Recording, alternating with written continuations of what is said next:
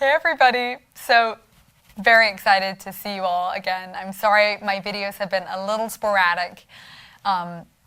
It's just busy being a mom, figuring it all out, making my schedule work. So, thank you for having patience with me.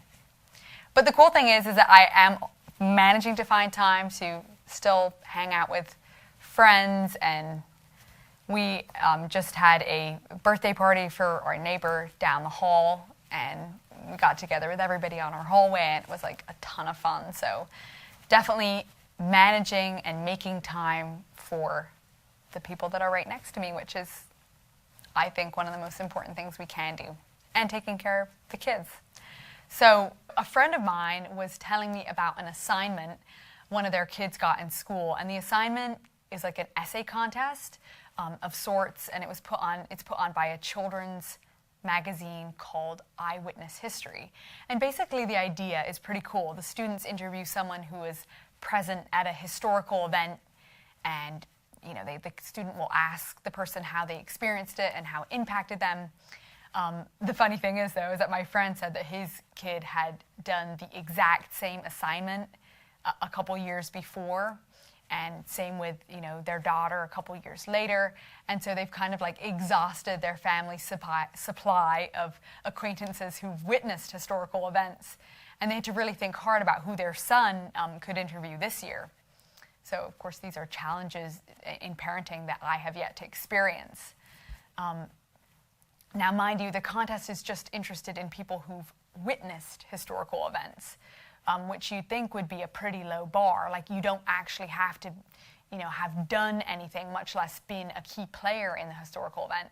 Like, just being there makes you a person of interest.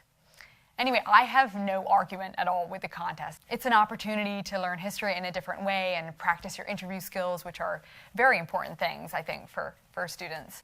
But thinking about it a bit more deeply, isn't it kind of funny that what often interests us most about people is stuff like this? Like, oh, you were in Manhattan on 9/11, or like, that's so amazing, you were in the Civil Rights Movement. Wow, one of your distant relatives is Davy Crockett.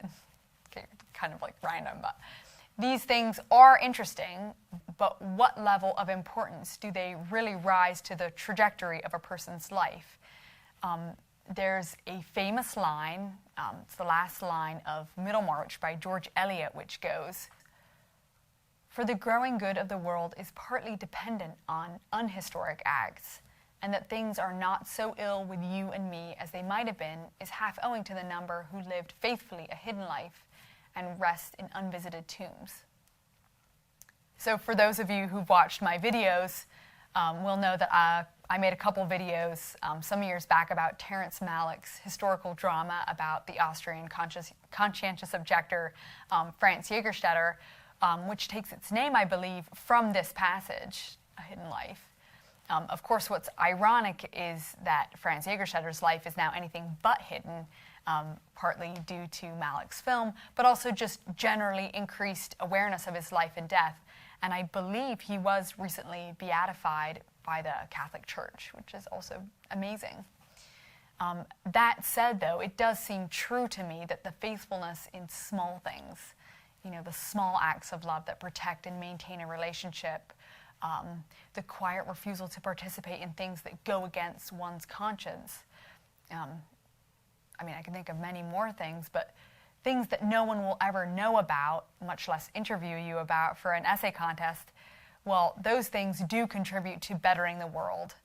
And I think that that is incredibly important. And we should have to keep it in mind as we go about our days. I still do wish that I was somehow related to Davy Crockett. I don't know. Maybe I should look back in my family tree and I'll find out that I actually am related to Davy Crockett. We go on to Ancestry.com or something. All right, well, spring is coming, and I hope you all have a wonderful week, so goodbye.